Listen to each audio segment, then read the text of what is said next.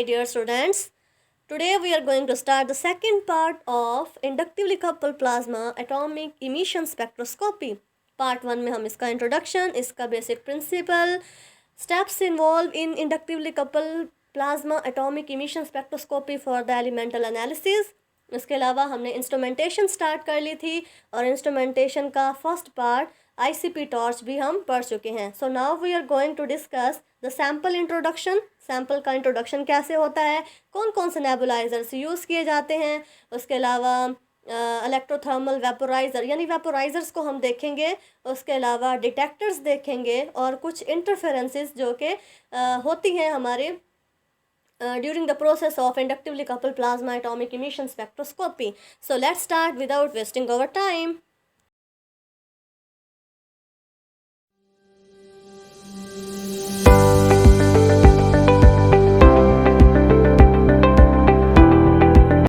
Let's start discussion. First of all, we will discuss about the sample introduction. Dear students, all three types of samples can be introduced successfully into ICP.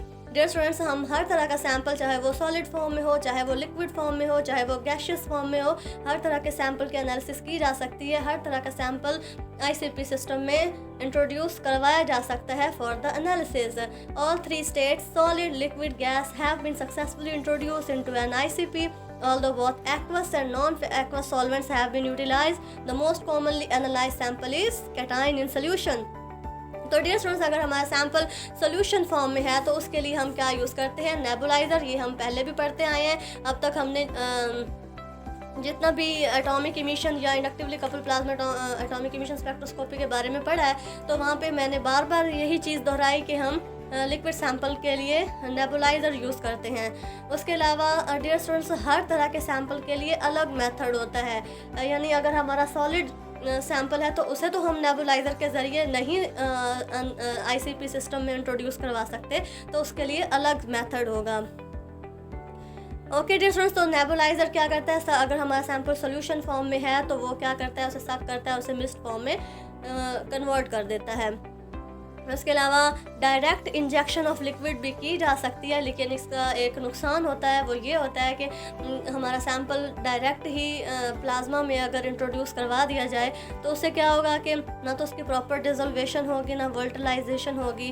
तो बहुत सारी जो हमारे plasma की energy है वो sample को dissolve करवाने में, उसके वेपोराइजेशन करवाने में कंज्यूम हो जाएगी. सो एक्साइटेशन और इमिशन जो है वो लेस एफिशिएंट होंगी. सो हमें क्या करना चाहिए कि ऐसे मेथड को प्रेफर करना चाहिए जिससे हमारे रिज़ल्ट पे कोई असर ना हो.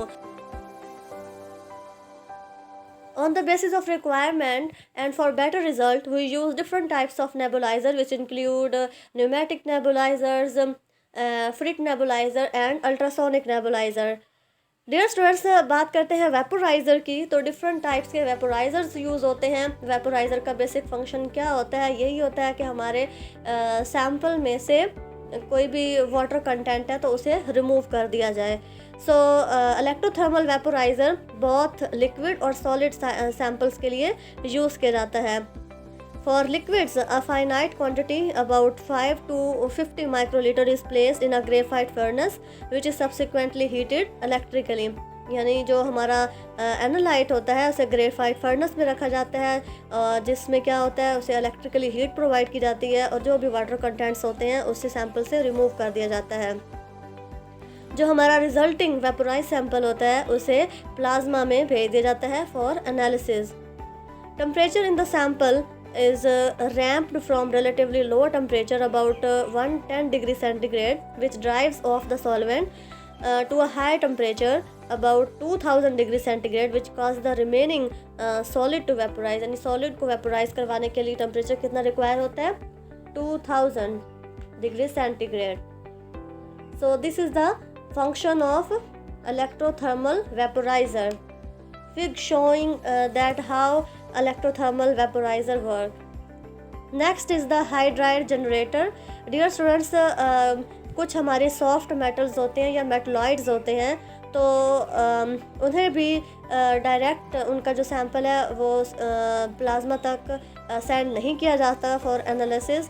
और उनके लिए इलेक्ट्रोथर्मल वेपोराइज़र भी नहीं यूज़ किए जाते। सो इस तरह के सैंपल के लिए हम क्या करते हैं, इन सॉफ्ट मेटल जैसे कि आर्सेनिक, सिलीनियम और टिन वगैरह, इस तरह के सैंपल, या फिर मेटलॉइड्स अगर हमारे किसी सैंपल में मौजूद हों तो उन्हें वोलेटाइल हाइड्राइड में कन्वर्ट किया जाता है। अभी वोलेटाइल हाइड्राइड में कैसे कन्वर्ट किया जाता है, इन तमाम जो भी अगर हमारे सैंपल में मौजूद हैं आर्सेनिक, सिलीनियम या टिन वगैरह, तो इस तरह के जो भी हमारे मेटल्स हैं या मेटलॉइड्स हैं उनका रिएक्शन करवाया जाता है विद सोडियम बोरोहाइड्राइड। ठीक है, सोडियम बोरोहाइड्राइड के साथ हम इसका रिएक्शन करवाते हैं, जिससे क्या होता है कि ये गैशियस हाइड्राइड बन जाते हैं और फिर इन्हें प्लाज्मा में सेंड कर दिया जाता है for analysis. Metalloids and soft metals e.g. arsenic, selenium and tin etc. can be introduced into the inductively coupled plasma in the form of volatile hydride, which is formed by reacting the element of interest with sodium borohydride.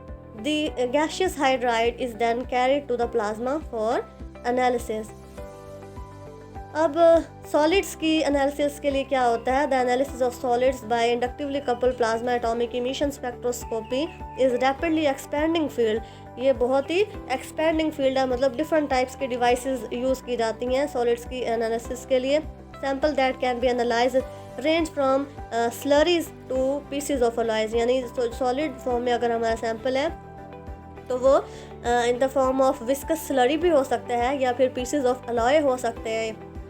Alloy आपको पता है कि different types के जो metals हैं उनका combination होते हैं।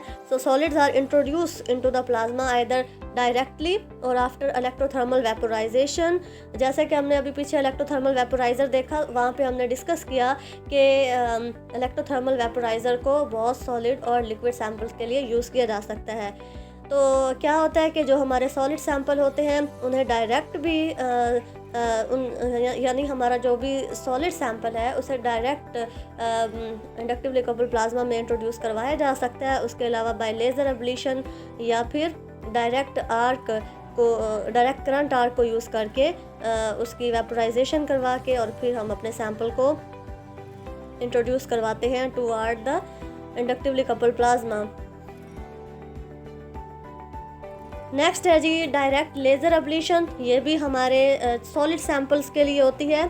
Direct laser ablation utilises a pulse laser to vaporise the solid sample, यानी यहाँ पे लेज़र पल्स यूज़ की जाती है जो हमारे सैंपल को वेपोराइज करती है। अब देखें सॉलिड अगर हमारा सैंपल है तो उसके लिए कौन कौन से मेथड है। एक डायरेक्ट लेज़र एब्लेशन जो कि अभी हम पढ़ रहे हैं, उसके अलावा इलेक्ट्रोथर्मल वेपोराइज़र को भी यूज़ करके इसे वेपोराइज करवाया जा सकता है। उसके अलावा डायरेक्ट सॉलिड सैंपल को फॉर एनालिसिस हम इंडक्टिवली कपल्ड प्लाज्मा की तरफ सेंड कर सकते हैं। सो जैसे ही हम अपने सॉलिड सैंपल से लेज़र पास आउट करवाते हैं तो हमारा जो गिवन सैंपल होता है वो in the form of plasm is carried out by argon gas the inductively coupled plasma torch for analysis by atomic emission spectroscopy. Laser plumb is generated in an inert environment to minimize combustion and oxides formation. Let we go forward and discuss about dispersion and detection methods.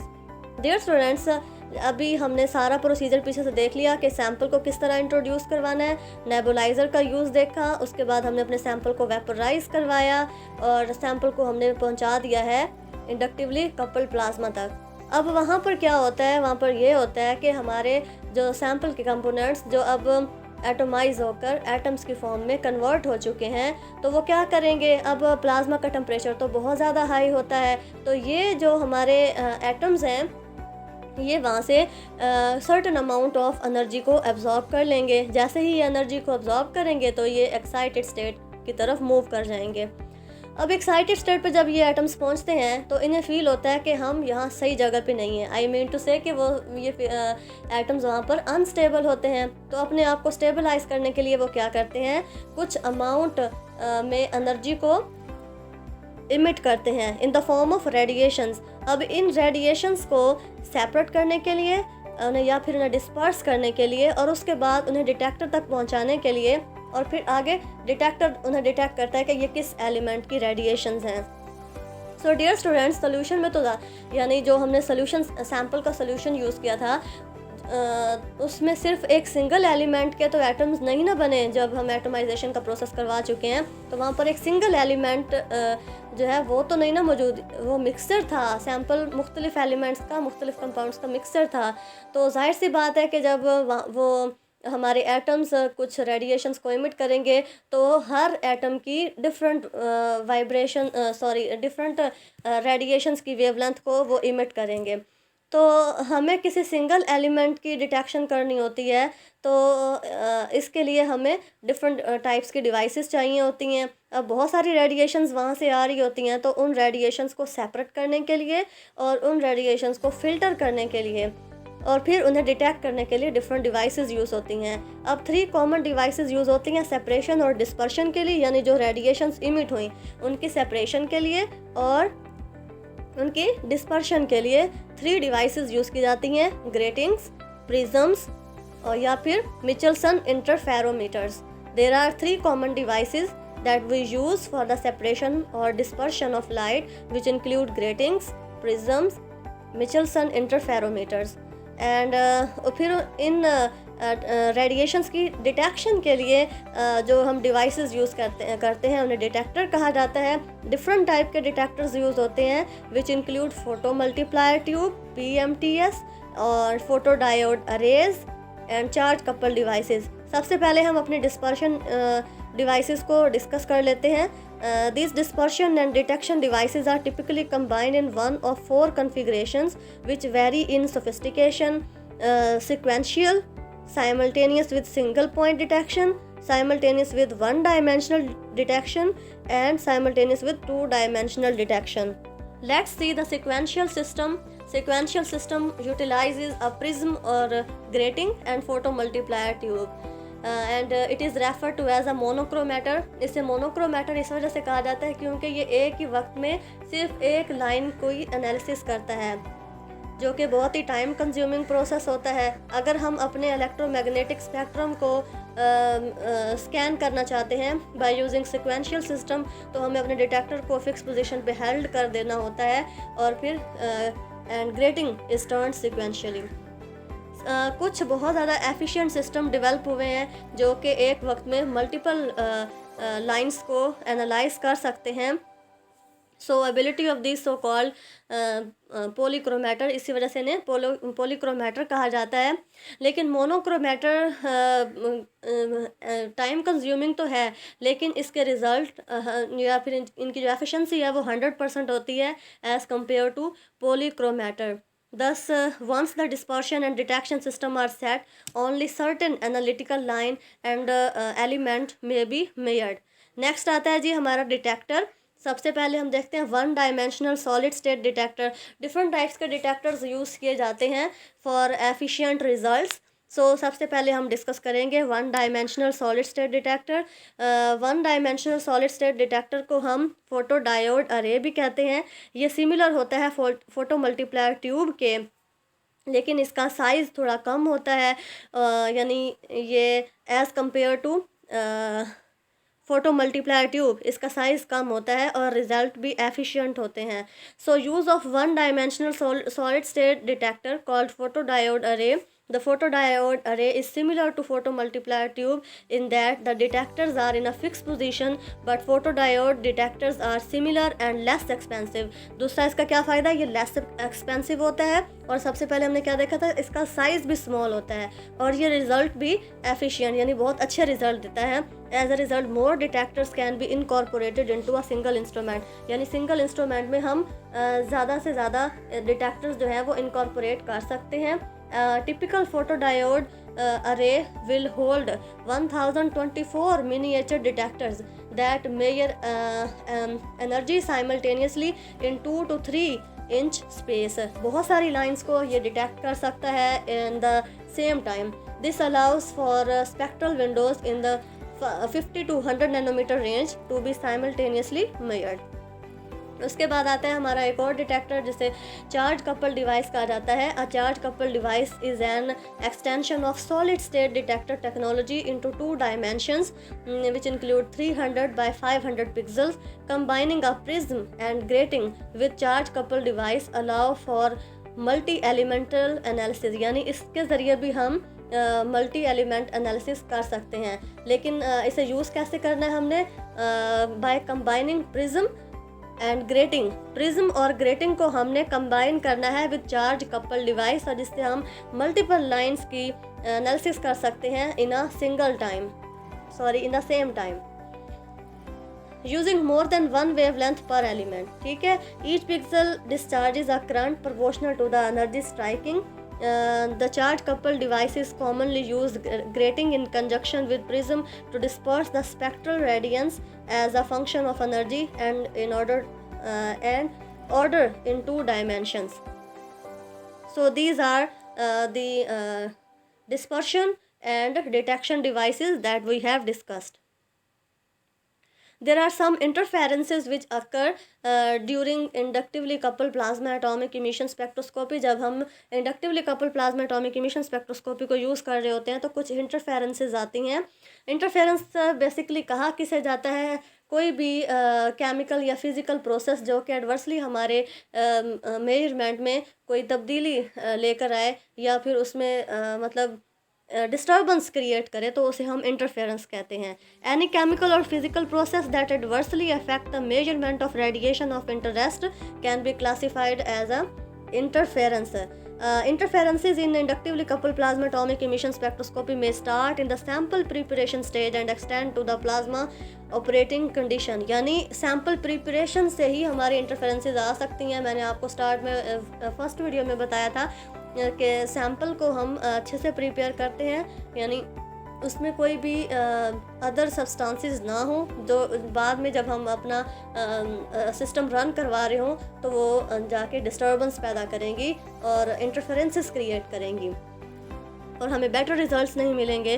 सो इन चीज़ों से बचने के लिए हमें कौन कौन सी interferences होती हैं ये हम पहले डिस्कस कर लेते हैं। फर्स्ट जो कॉमन इंटरफेरेंस होती है वो ये होती है कि डियर स्टूडेंट्स कुछ एलिमेंट्स होते हैं जिनकी जो रेडिएशंस होती हैं, इमिटिंग रेडिएशन, यानी जब हमारे एटम एक्साइटेड स्टेट पे गए तो वापस जब अपने ग्राउंड स्टेट पे आ रहे थे तो वो कुछ वेवलेंथ की रेडिएशंस जो है वो इमिट करते हैं to release some amount of energy. तो अब कुछ एलिमेंट्स ऐसे होते हैं जिनकी इमिटिंग रेडिएशन सेम होती हैं, यानी थोड़ी बहुत उसमें फ़र्क होता है लेकिन तकरीबन वो बिल्कुल एक जैसी होती हैं। जैसे हमारे पास कॉपर है, अब कॉपर की वेवलेंथ होती है 515.323 मीटर, और इसी तरह आर्गोन की भी 515.139 नैनोमीटर होती है। सो इस तरह की लाइंस जो बिल्कुल क्लोज होती हैं तो उन्हें हम सेपरेट नहीं कर पाते या फिर हम समटाइम हमारा डिटेक्टर डिटेक्ट नहीं कर पाता क्योंकि ये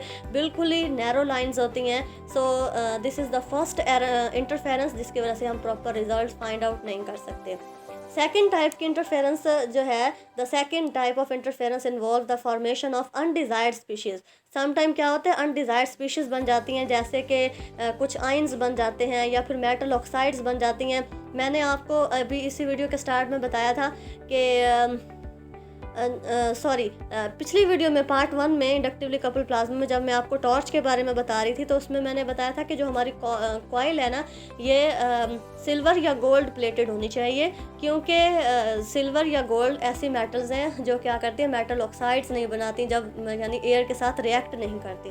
तो सम टाइम क्या होता है कि ऑक्साइड्स बन जाती हैं और ये some metals are extremely sensitive to small plasma fluctuation in terms of their relative neutral atom and ions densities। तो इस वजह से हमारे रिजल्ट पे इनका इम्पैक्ट बढ़ता है। It is important to note that an atom of a specific element जैसे कि फेरस है has different emission spectra than one of its sign. अब कुछ एलिमेंट हमारे ऐसे हैं कि उनके यानी जो एक सिंपली फेरस है हमारा फेरस एक मेटल है जो हमारी, उसकी जो वेवलेंथ है वो और होगी। अगर उसके जो आइंस हैं, अगर फॉर एग्जांपल वहाँ पे आइंस की फॉर्मेशन हो गई है तो उनकी वेवलेंथ जो होगी वो उससे बिल्कुल रिजेंबल करती होगी, कुछ डिफरेंट तो होगी लेकिन बिल्कुल नैरो लाइंस होंगी। तो अगर ये इतनी करीब और इतनी नैरो लाइंस हमारे डिटेक्टर तक पहुँचेंगी तो डिटेक्टर को डिटेक्ट करने में बहुत मुश्किल होगी और हमें कोई प्रॉपर रिजल्ट्स नहीं मिलेंगे।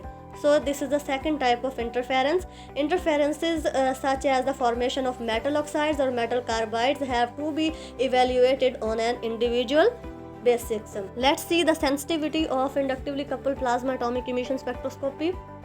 Dear students, there are certain limits for the detection obtained with the commercial inductively coupled plasma atomic emission spectroscopy. Over 70 elements can be detected by using inductively coupled plasma atomic emission spectroscopy. यानी हम more than 70 elements को detect कर सकते हैं from inductively coupled plasma atomic emission spectroscopy, but there are certain inert gases and some prominent non metal जैसे कि carbon, nitrogen, oxygen, hydrogen, इस तरह की नॉन मेटल्स की डिटेक्शन इंडक्टिवली कपल्ड प्लाज्मा में, inductively coupled plasma atomic emission spectroscopy में impossible है। So this was the full instrumentation and some interferences of inductively coupled plasma atomic emission spectroscopy. I hope so dear students आपको इसकी अच्छे से समझ आ गई होगी। कोई क्वेश्चन हो तो कमेंट सेक्शन में राइट कीजिए। इंशाल्लाह I will try to clarify in the next video, and in next video we are going to discuss the microwave induced plasma and direct current plasma. So till then अल्लाह हाफिज़ and best of luck.